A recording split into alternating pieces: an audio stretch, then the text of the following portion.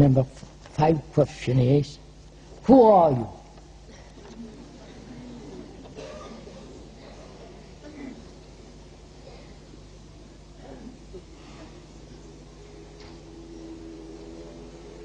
Is that an important question? Or would you say, who am I? Not who you are, who am I? And if I tell you who I am, what does it matter? It will be out of curiosity, isn't it? It's like reading a menu at the window. You have to go into the restaurant and eat food. But merely standing outside and reading the menu won't satisfy your hunger. So, to tell you who I am is really quite meaningless. First of all, I'm nobody. Right? That's all. It's very simple as that. I'm nobody. But what is important is who you are. What am I? What are you?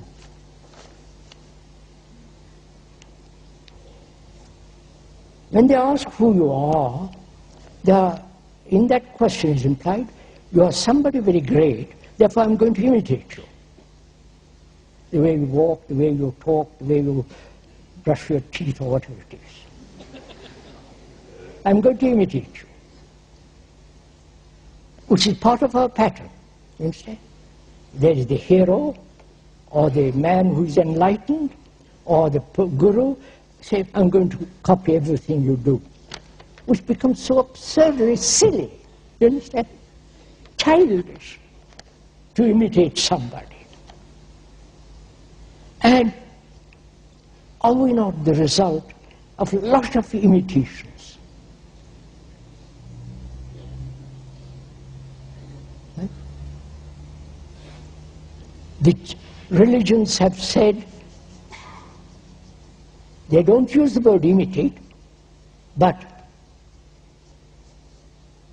give yourself over, surrender yourself, follow me, I am this, I am that, worship, right? All this is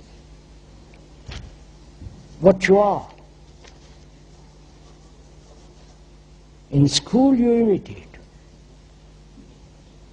Please, acquiring knowledge is a form of imitation.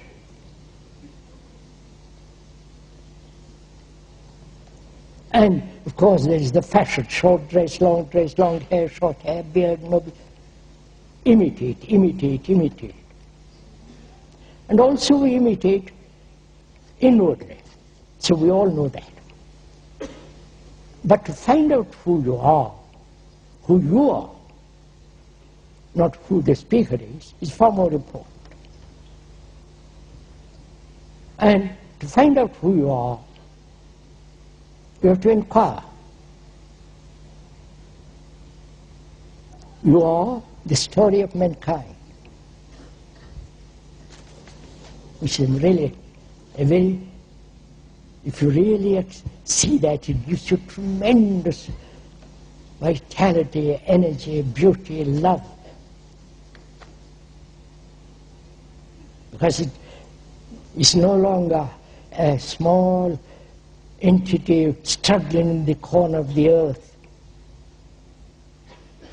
You're part of this whole humanity. It has a tremendous responsibility, vitality, beauty, love. But most of us won't see this. But whereas we are most of us concerned with ourselves, with our particular little problem, particular little sorrow, and so on.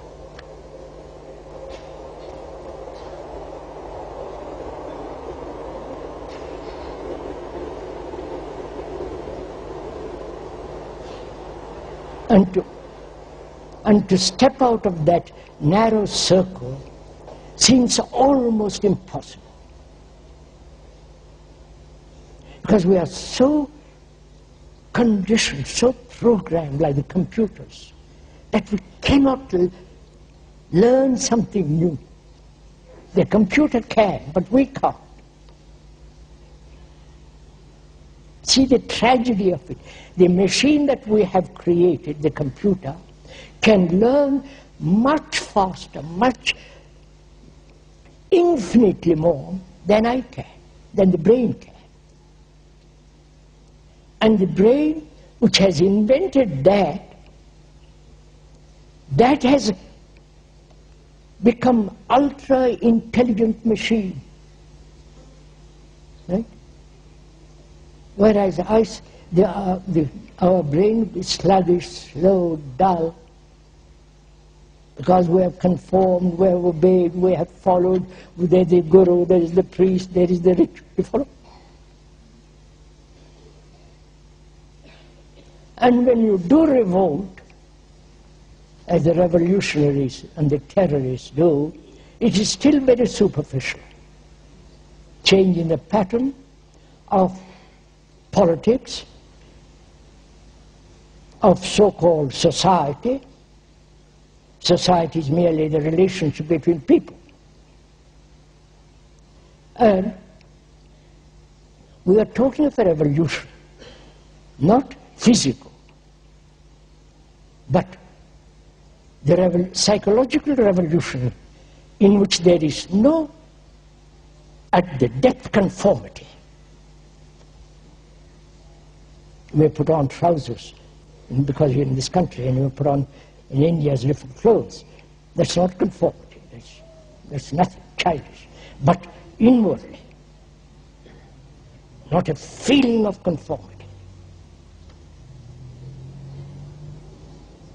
Conformity exists when there is comparison. For a mind to be totally free from comparison, that is, to learn to observe the whole history which is embedded in you